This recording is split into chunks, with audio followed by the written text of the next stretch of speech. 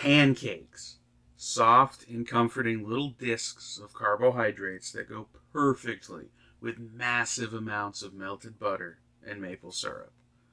This whole recipe makes about 6 to 8 pancakes of around this size. These pancakes are gluten-free because they use King Arthur's measure for measure gluten-free flour.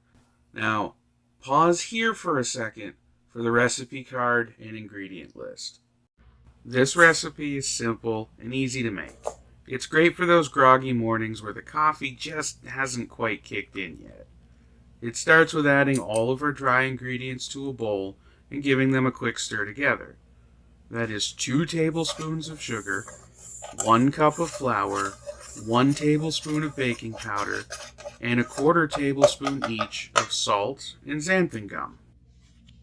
Then, in a second bowl, add all of the wet ingredients and mix them together.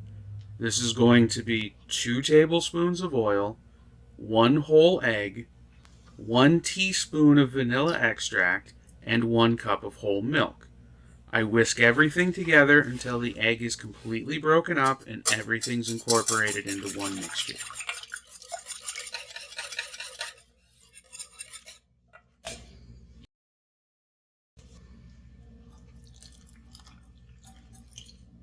Now we're going to add the wet ingredients to the dry ingredients and mix those together. This should come together as much more of a batter than a dough.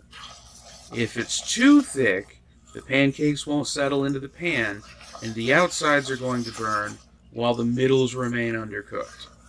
And if that happens, add a splash or two of milk to thin the batter out. Likewise, if it's too thin, a little bit more flour can make it thicker. Make sure to preheat the pan and coat with oil. We want the whole pan covered with just a thin, even coating. And if we have too much oil, when we add batter to the top of it, those oil globs will transfer heat slower than where the oil is thinner and the batter has more solid contact with the pan. We can see this when we flip the pancakes. All those lighter colored spots didn't have as good of pan contact.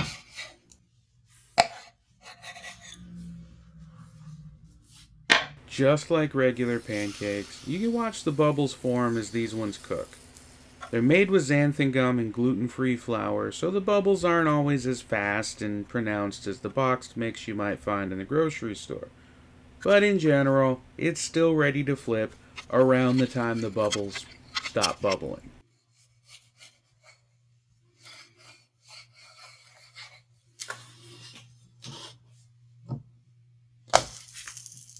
This recipe will have you searing about 6 or 8 pancakes of this size. Always give each of them a nice pancake spank when you flip them over, because just like clicking your grill tongs, it somehow makes a difference in the cooking. Reapply the oil as needed to keep the pancakes from trying to stick.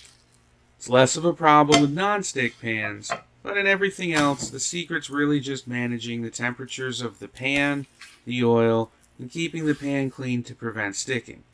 The pancakes do want to stick, just give them a second, and they'll stick less as the batter browns. Just like a steak will let go once it develops a sear on the outside. Now once you flip the pancakes, they'll cook faster on the second side. Then it's time for a big old lumberjack stack of these bad boys covered in butter and maple syrup. You can't go wrong as long as you remember when the bubbles stop. It's flip, spank, butter, and you're golden. As you can see, even though they're gluten-free, they're still soft. They still have some fluff to them. That's partly from the baking powder, partly from the xanthan gum trying to hold everything together.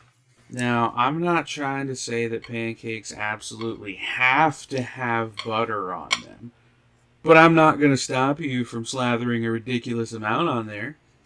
Just do it while they're still warm so the butter has a chance to get all melty and extra delicious. I'm a big fan of salted butter.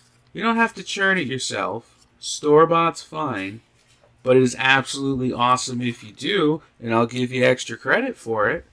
And honestly, it isn't really all that hard to do either. Dump some heavy cream into an old mason jar with a lid on it. Give it a shaky shake until it turns into butter. Then you'll have some good old buttermilk to make the pancakes with, and the butter to put on top of the buttermilk pancakes. It's hard to beat the classic butter and maple syrup combo, but pancakes can also be topped with whipped cream, peanut butter, chopped fruit. So before I leave you with some pancake ASMR, let me know in the comments what your favorite pancake toppings are.